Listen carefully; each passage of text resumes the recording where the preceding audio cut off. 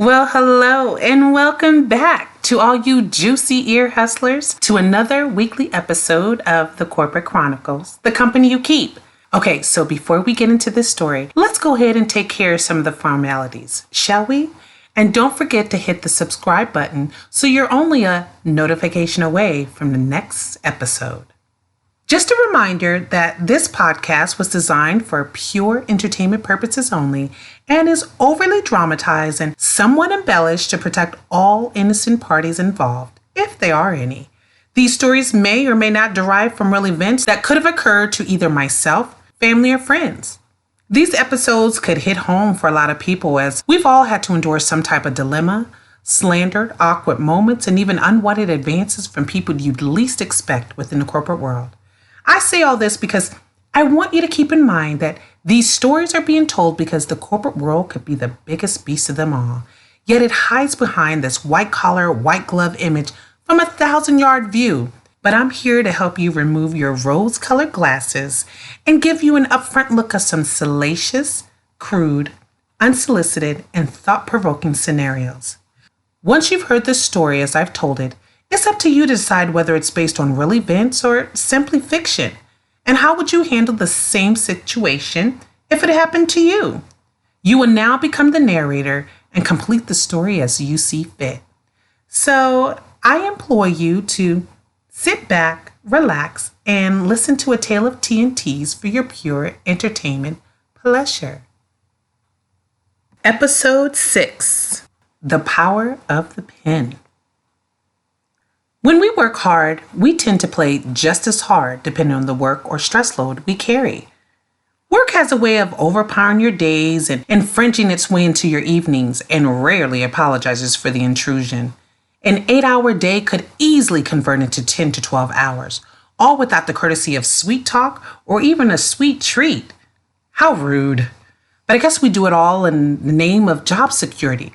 I don't know about you, but I know my bills have me in handcuffs, and the companies we work for, make sure I do all my time sentenced, therefore perpetually chaining us to our positions to which some would actually consider to be a labor of love, while the remaining entire world population feeling a little bit trapped.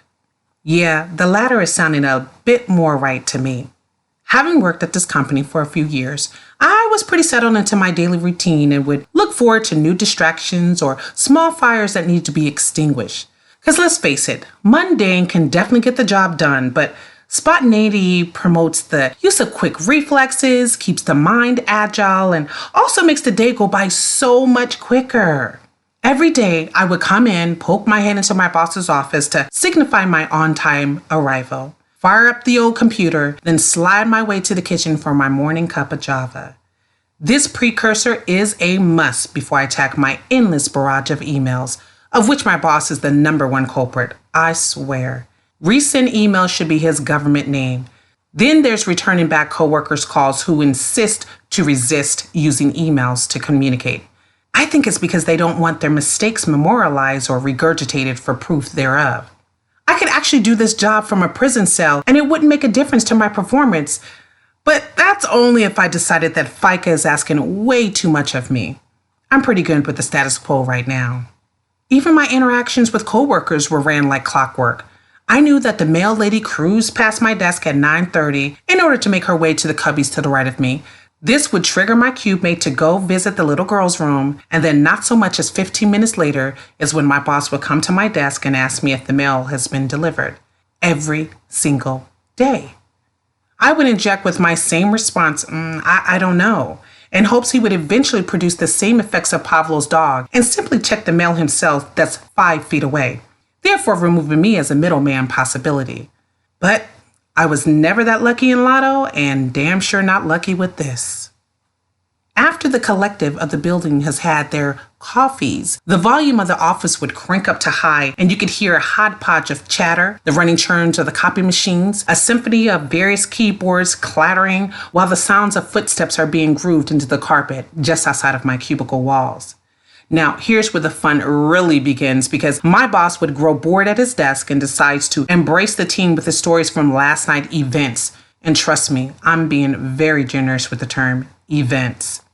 He would always launch into his stories coming off like a husband hero because he took the liberty and gave his wife a day off from her beloved stove and provided her with his grilling prowess by way of a succulent steak, soft enough for a newborn to eat.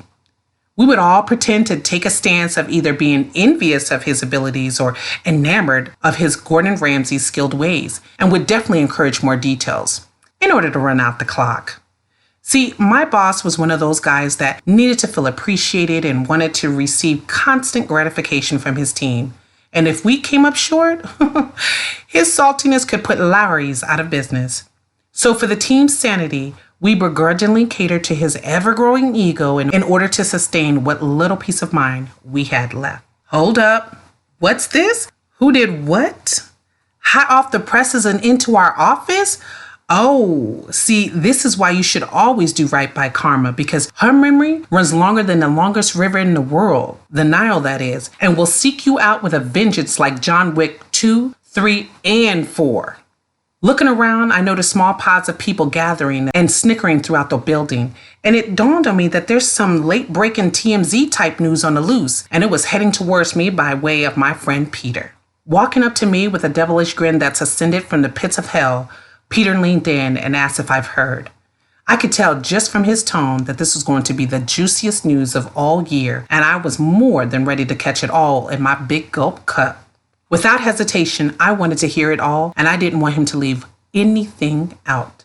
Knowing he had me on the hook, he dangled the carrot a little bit longer and kept dancing around the news with sayings like, "You won't believe who's involved in this one," or "Your jaw will drop when you hear what happened." And before he could jump to the next one, I grabbed hold of his wrist and asked him to get to the point before I asked someone else. I knew this would get him back on track as he loved the pleasure of providing piping hot tea to unsuspecting individuals. This is how he broke up his monotonous days. Before diving headfirst into the gossip, he tells me he needs to set the scene, as I'll appreciate the irony that much more. He starts with asking me a string of questions like, "Are you happy with your laptop system? Do you feel confident in the security's firewall protection? How about its hard drive and speed?" And after the third question, I lost attention in him and created my own train of thoughts. I couldn't figure out what the hell that they all had in common except for a computer. And then what does a computer have to do with gossip? It just wasn't adding up to me, but I played along with his game and responded to his inquiries to keep the ball rolling. Then by the sixth inquiry, he stops and wants me to tell him what they all had in common. And with still having strayed from my original thought, I blurted out, "Computers!" He laughed and replied, "You're getting warmer." Then I paused a bit more and realized that this gossip had to involve someone from our faithful IT department. And then that's when the fog started to lift. With bells going off in my head, I now reciprocated the gesture by asking my own questions, gearing them all towards the IT personnel team, but was still coming up short on the target. Peter then motions for me to come a bit closer and he whispers the statement, "The Vice President of IT." Okay, now I'm intrigued. What could the VP of IT have done that would stir this type of hysteria within the office? What did he do that would set off a domino effect of gossip that ran from the front office to the back of the parking lot? I knew him and knew he was a follow the rules type of man. He had worked his butt off for 20 years at this company and fought his way to this current title. And he didn't take it lightly. He was well versed in all things computer, from help desk knowledge to firewalls and frameworks, and didn't mind helping out in the trenches by rolling up his own sleeves right alongside with his subordinates when things got sticky. He took pride in his work, worked long hours just like everyone else, enforced the IT code of conduct to whomever would breach the rules, and he walked the premises of the hallways as if he was the head sheriff in town.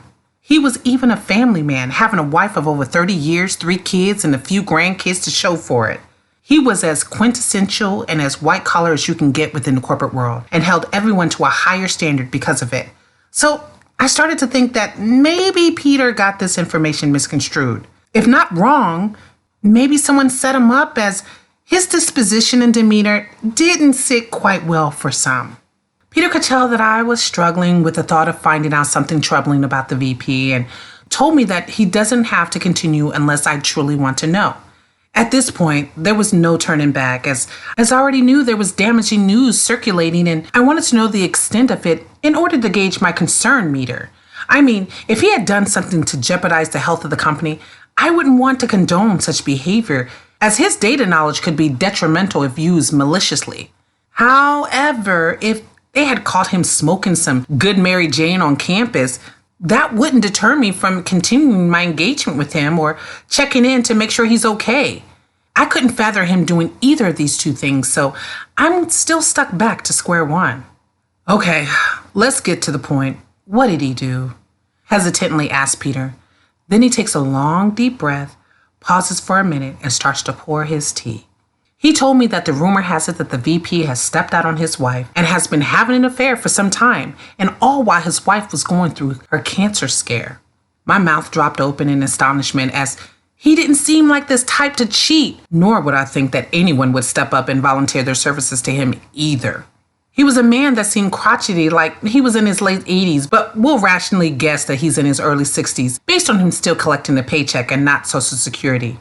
He came across as a faithful and well-devoted husband that loved his wife. How can he neglect her during her lowest time? Unless there's more to this story. Then Peter continued with, and that's not the worst part. My heart skipped a beat, as there's no way this could get worse than looking like a cheater at work. Unless the woman got pregnant from their affair. Oh no, please say it isn't so. The visual is too gross to even imagine. Then Peter blurts out, and there's proof. To which I exclaim, what? Proof of his affair? How? Does the woman work here with us? Is she the one exposing him? Peter quickly dismisses my questioning and advised that the proof was on paper. You see, part of my theory was correct. No woman would ever volunteer her services to sleep with him, but a paid woman would just be doing her job. In the VP's spare playtime, he would find his way into visiting an upscale escort service, which apparently was well known to many businessmen in and out of town. He had spent the better part of 2 years frequenting the establishment and soon earned a spot in their loyalty membership program. I believe he was gunning for their buy 2 blowjobs and get the third one on the house coupon. Being that the VP kept abreast of the latest computer technology and knew how quickly data could be hacked by the click of a button, he also knew how to protect himself from cyber attacks and having information leak. However, the one thing he was blinded to was his own old ways of doing things. See, being the gentleman that he prided himself to be, whenever he was in attendance of the brothel, he chose to write his entire name in their directory and included services he intended to have rendered in full. I guess with it being written in ink, his thoughts never wandered into the, what if this place got raided by the police and all of their books were confiscated? And these confiscated books were registered in court records that could be easily searchable online and permanently embedded for the whole world to view. Well, he should have leaned on the side of common sense. And now his dirty little secret is out there for all to scrutinize. And now I'm left here to process my next move. I'm not sure if I should avoid him like the first year of COVID or go by his office to check his mental state, because this one here, it's a mental fuck. So now that you've heard the stories, I've laid it out to you. That just leaves me with only one question for you. What would you do if you were in my sneaker? Until next time, stay diligent.